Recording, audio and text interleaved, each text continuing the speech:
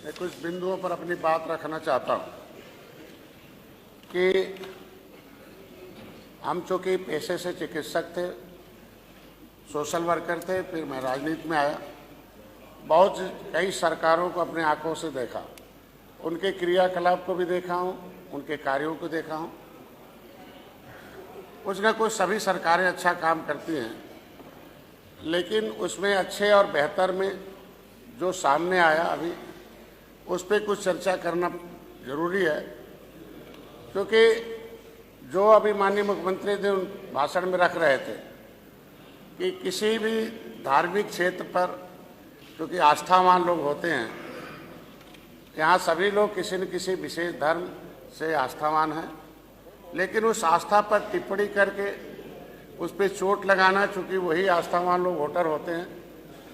राजनीति अपने जगह पर, धर्म अपने जगह पर, लेकिन धार्मिक चीज़ों पर टिप्पणी करके उसे दूसरे जगह का फोटो लगाकर उसे अपने ही प्लेटफार्म से उस पर प्रचार करना, लोगों के अंदर भ्रम डालना। लेकिन ये भारत की जो छवि है दुनिया में, वो सबकी जिम्मेदारी बनती है। प्रयागराज की जो धरती है वो श्रृंगेरपुर की धरती है। कभी त्रेता में भगवान राम, सभी लोग एक धर्म से जुड़े हुए लोग हैं। रात्रि विश्राम किया, उस युग में जो प्रमाणिक दस्तावेज थे उनके आधार पर निषाद राज के किले की खुदाई हुई, 56 फुट की मूर्ति लगी, भगवान राम निषाद राज की, उसका उद्घाटन हुआ।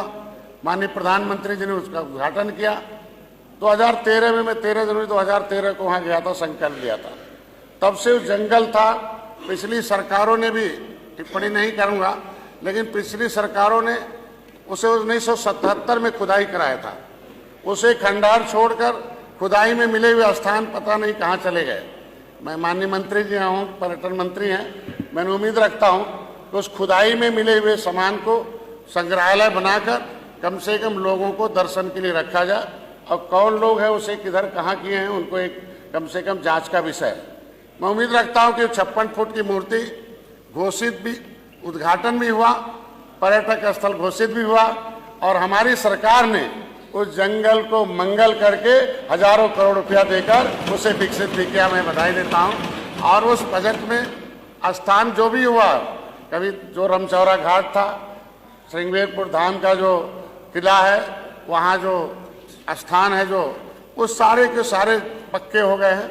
और एक ऐतिहासिक स्थल है कि जो मेन सड़क से, हाईवे से सीधे दिखाई देता 56 फुट की मूर्ति। आज के दिन में मैं उम्मीद रखता हूँ उसे स्वर्ग की भूमि कही जाती है। तो जो लोग भी यहाँ सदन में हैं वो सभी